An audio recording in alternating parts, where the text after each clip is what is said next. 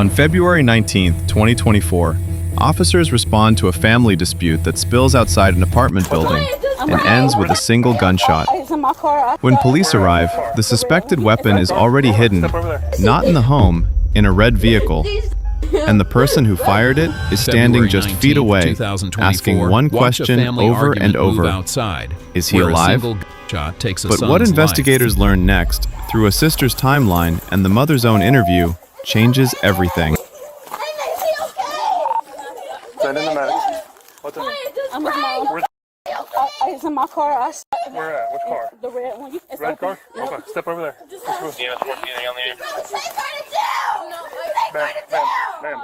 No, I don't care. See my mom. Go over there with your mom. Go inside.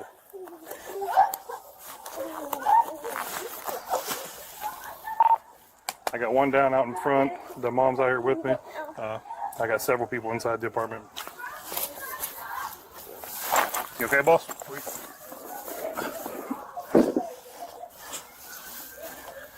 Where you?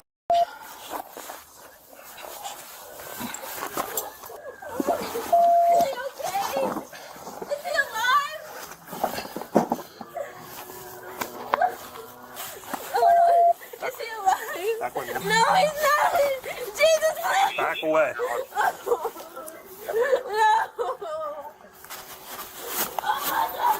Hey, the mom's over there. Scare her. Lady in a gray t-shirt. That's mom. Go ahead and scare her. No, gray t-shirt. 40-something-year-old lady. You see her? Mom was walking right there. That's fine. That's mom.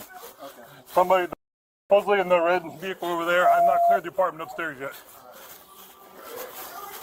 Nobody's else upstairs? Okay. Her son? Mom supposedly shot son. Apparently this is son. This is sisters or relatives here. They're coming down to us. We're just gonna pick him up. Just gonna pick him and go? Yep. Left shoulder. Up in his left shoulder. We're just gonna pick him up. Jihad Hughes is his name. I don't know how old he is. Is he the only person? Only person we know of right now. Did we find the Yeah, it's upper right shoulder. It's high in the shoulder right here going that way. He's got one victim. Only victim we know of right here. Maybe Brian. Suspect. Okay.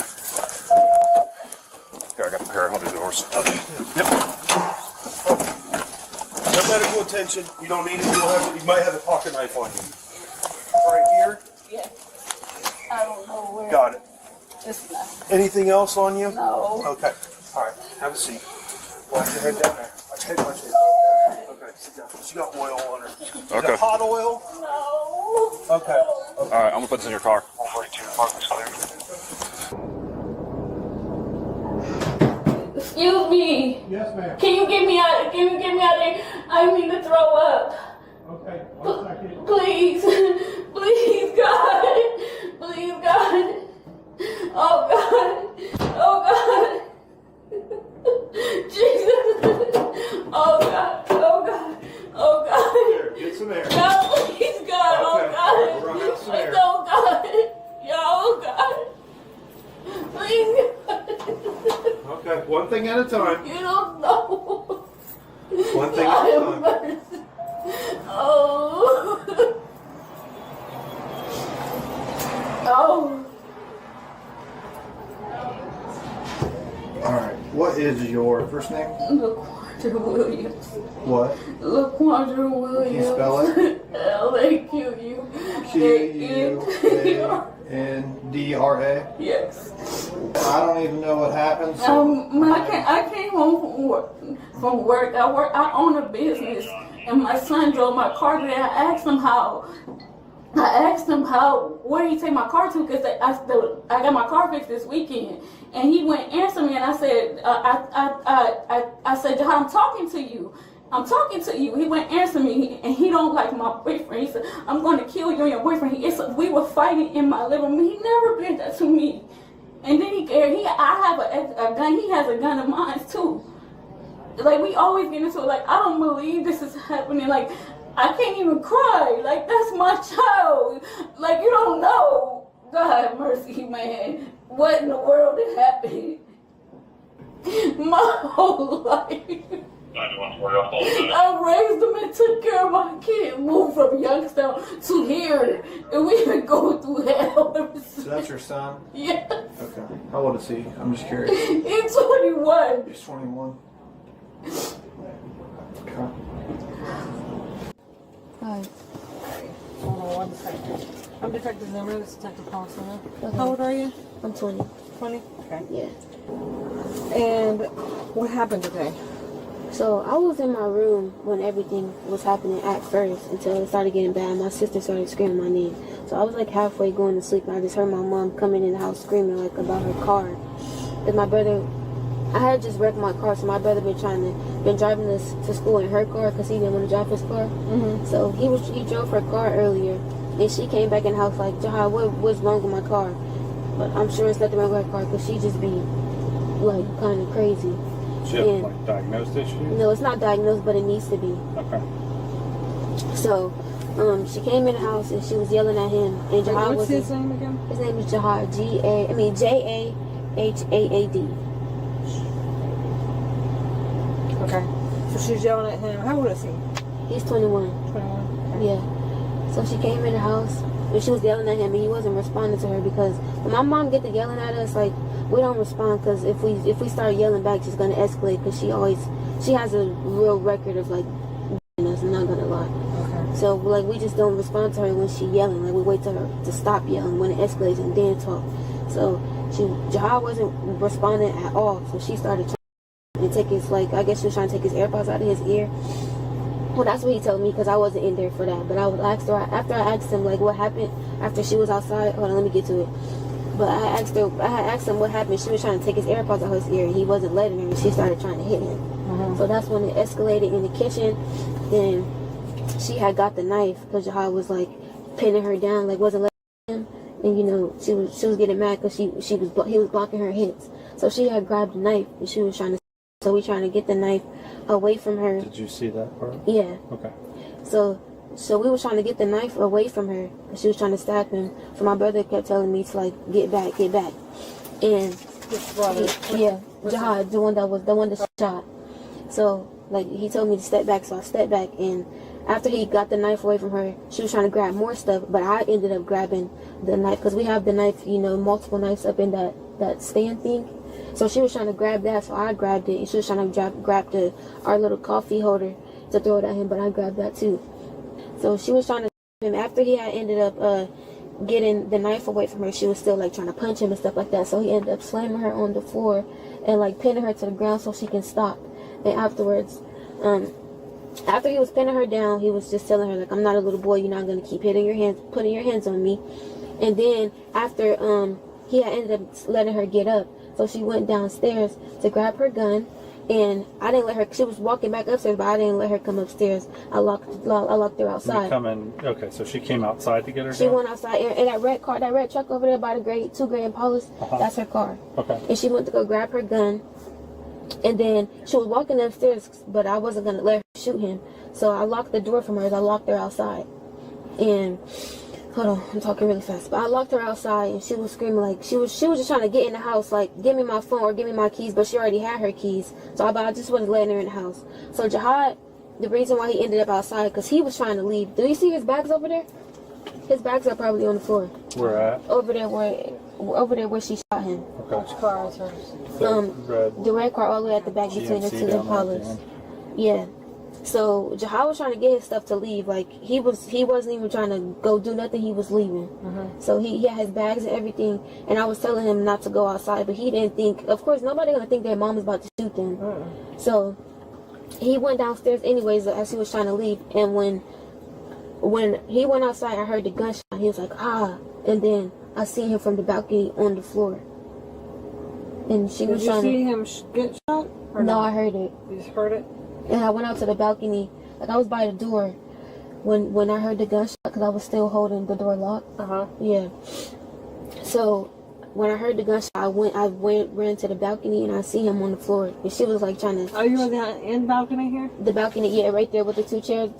Yeah. So you ran out there and you saw? I saw him on the floor, and she was trying to help him on the ground. The concrete. The pavement. Like, where was he exactly? Do you want me to get out? Well, just kind of tell me, like straight. Like in front of those 2 cars right there at the end. Okay. Yeah.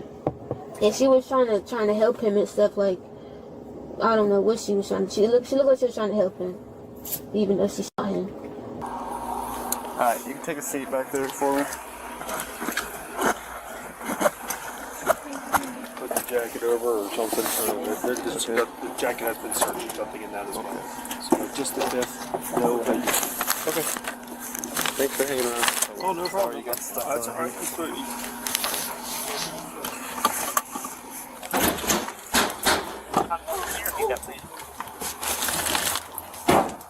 That's no fault. 93 for stopping by. Will be 1 district. Oh my goodness. Look at this life.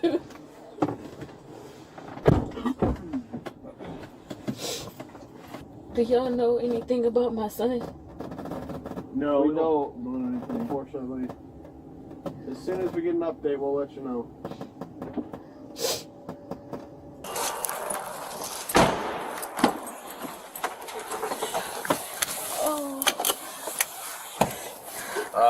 Robinson, turn the car back on.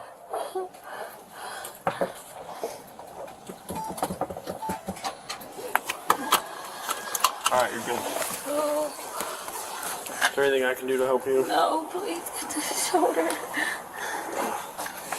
Okay, step this way for me. Going around the back and then you follow that other officer right here.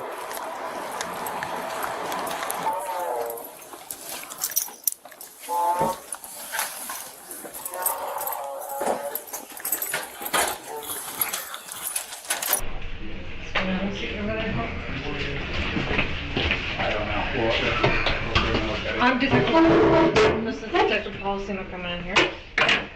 We're going to read you your rights. Have you ever had the rights to read before? No? Okay. Well, we'll go over kind of slowly to make sure you understand them all. Ask a couple goofy questions at the beginning of it. So just bear with us. I'm going to give you this so you can follow along with us. Can you tell me what happened? So I came home early in between my 2 clients, and Jai used my car, and I asked him where he took my car at, because he took my car to like the shop and left it there. And I said, well, how long did you leave it there, and what did they do? My car's not riding away, I just got my car fixed. So he wouldn't answer me. So I walked back to the room and I went back into the living room where he was at, and he got up to like grab his stuff, and I said, I'm talking to you, answer me. And so I threw a glass, but it went over to his head like a candle, but it went over his head. It didn't touch him. And then he grabbed me up and threw me in the living room, which was something he never ever done. And we have had arguments, but he never ever put his hands on me ever. And I was trying to get him off of me. I was getting a knife because I know, like, he's stronger than I am, way stronger than I know. And out of impulse, like, I shouldn't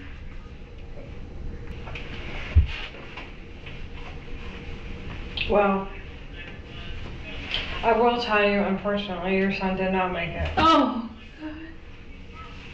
And I'm so sorry. what? They worked on him for at least close to an hour. But he didn't survive his injuries. Take me. You can take me. I don't deserve that. He didn't either. Yo.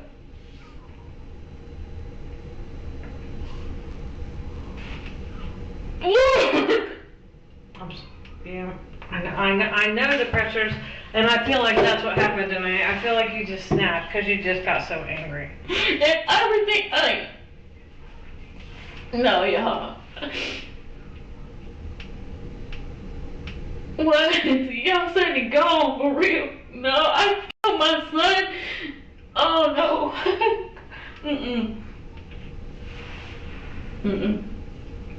not going to believe it.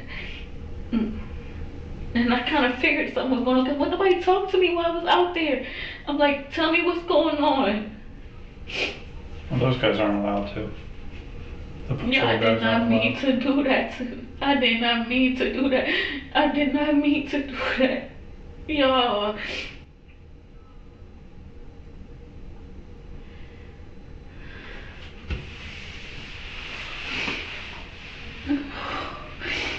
Man.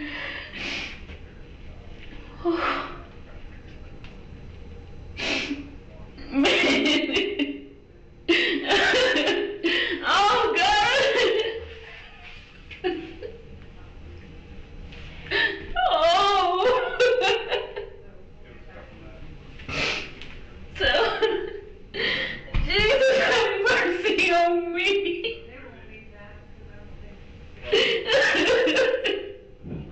Forgive me.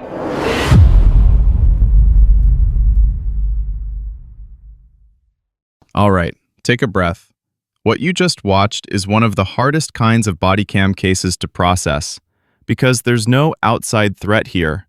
This is a family conflict that escalates step by step until a single decision becomes irreversible. Before we break it down, this is a real case involving a real death. This breakdown is for understanding what led to the outcome, not to sensationalize it. And because we're only seeing parts of the full investigation, I'm going to keep this analysis neutral and stick to what was said on camera. And stay with me, because at the end, I'm going to point out the one stop sign moment that shows up in a lot of cases like this, and the 3 warning signs that often appear right before a family argument turns dangerous. Here's the timeline as it appears from the footage and interviews. Step 1. The trigger is a dispute about the car. The mother comes home and wants answers about where the car went and what was done to it. The son doesn't respond. Step 2. The argument escalates from yelling into physical conflict. In the witness account, the mother attempts to remove the son's AirPods and starts swinging. That leads to a struggle in the kitchen. Step 3. A knife becomes part of the conflict. The sister describes the mother grabbing a knife and trying to use it, with family members trying to get it away. That is a major escalation point, because once a weapon enters the situation, the stakes change instantly. Step 4. The sister says her brother restrains the mother to stop the hitting, and after that, the mother goes downstairs toward the red vehicle where a firearm is located. Step 5. The sister says she locks the mother out to prevent her from coming back upstairs with the gun. Step 6. The son comes downstairs with bags, apparently trying to leave, and outside, a single gunshot is fired. The sister says she heard the shot and saw her brother on the ground from the balcony. Step 7. Police arrive. The weapon is reported to be in the red car, and officers secure the mother. Medics work on the son for an extended period. Step 8. In the interview room, the mother gives a formal statement, and then the detective informs her that her son did not survive. That's the cleanest version of the timeline, without speculation, based on what we hear in the footage. Now here's where it gets complicated, because there are 2 versions of the why behind the escalation, and that matters when investigators build the case. When something like this happens, detectives aren't just asking what happened. They're asking, who escalated first? When did weapons enter the situation? Was there an opportunity to disengage? What was the intent at the moment the gun was fired? The sister's account paints a picture of a pattern. When mom starts yelling, the family stays quiet because responding makes it worse. In that version, the mother's frustration turns physical, then becomes weapon-related. First a knife, then a firearm from the car. The mother's account emphasizes fear and feeling physically overpowered, saying she was grabbed or restrained and that she reached for a knife because she felt smaller and couldn't get free. Those versions aren't identical, but notice this. Both versions still show a steady escalation, from a car argument to physical confrontation to a weapon in play. And in criminal investigations, escalation matters because it helps answer the hardest question. Was this a tragic accident? A reckless decision? A heat of the moment intentional act? Or something else entirely? We don't get the full evidence file here: ballistics, distances, camera angles, forensic timelines, medical findings. So the most responsible approach is to acknowledge what's unknown while still learning from what's visible. Now let's talk about the stop sign moment I mentioned earlier. In this case, it's not the yelling. It's not even the first shove. It's the moment a weapon becomes part of the argument, and then the moment someone goes to retrieve a firearm. Because from that point forward, the conflict isn't just emotional anymore. It becomes a lethal risk scenario, even if nobody means for it to. And what makes this case especially tragic is the sister's detail that the son appeared to be trying to leave. Bags, moving away, exiting the situation. When one person is trying to disengage and the other introduces a firearm, you're no longer in a family argument. You're in a crisis. The death notification is the emotional center of this entire video. You see a human being go from denial to shock to grief to self-condemnation within seconds. And it's important to say this carefully. An emotional reaction after the fact doesn't automatically tell us what someone intended in the moment, but it does show something very real: how quickly anger can become regret and how permanent the consequences are. That's why detectives deliver that information in a controlled setting. From that point, every statement becomes part of the official record, and the investigation moves from shooting scene to death case. I'm not a lawyer, and laws vary by state, so think of this as a high-level explanation, not legal advice. The video states the mother was charged with second-degree murder, aggravated assault with a deadly weapon, and a charge related to using a firearm during a felony. In many jurisdictions, second-degree murder typically points to an unlawful killing that isn't premeditated in the way first-degree is, often tied to intent in the moment, extreme recklessness, or depraved indifference, depending on the state's definition. And the broader takeaway is this: when a firearm is introduced during an escalating confrontation, the legal system often treats that as a major aggravating factor, even if the person says, "I didn't mean it to go this far." Here are 3 warning signs that show up again and again before arguments turn dangerous. Warning sign number 1: repeated escalation patterns. If the same conflict cycles keep happening, yelling, shutting down, anger spiking, then the situation isn't just a bad day, it's a pattern, and patterns predict outcomes. Warning sign number 2: the moment a weapon enters the room. Any weapon, knife, blunt object, anything. That's your signal to stop debating and start creating distance. Warning sign number 3: blocking exits, stopping someone from leaving. Whether it's physically or emotionally, when someone tries to disengage and they're pursued, risks climb fast. The safest de-escalation move is often the simplest. Let the argument end by letting someone leave. In a second, I'll share the simplest de-escalation script you can use in real life. But first, I want to ask you one question about what you saw. In your opinion, what was the exact moment that should have been the stop sign? Was it the AirPods incident? The knife? The trip to the car? The locked door? Or the moment the son stepped outside with his bags? Drop that in the comments, but keep it respectful. A young man died here, and a family was destroyed in minutes. Here are a few non-judgmental, real-world lessons this case highlights. If tempers are rising, create space first. Don't win the argument, end the moment. A simple line like, "We're not solving this right now, I'm stepping away." If there's a firearm in the home or vehicle, secure it, especially during ongoing family conflict. The safest gun in a heated argument is the one nobody can access. If someone in the home struggles with emotional regulation or volatility, it's not an insult to name it. It's a safety issue. Support can be counseling, crisis resources, or family intervention, depending on circumstances. Because this case didn't start with murder, it started with frustration and a refusal to de-escalate. If you watch these videos for learning, how fast situations shift, what officers look for, and how small choices become major consequences, hit like. It helps this channel reach more people who want the story told clearly, not sensationally. And if you want more case breakdowns with clean timelines, neutral analysis, and the real-world lessons that come out of these body cam incidents, subscribe to Bodycam Stories and turn on notifications.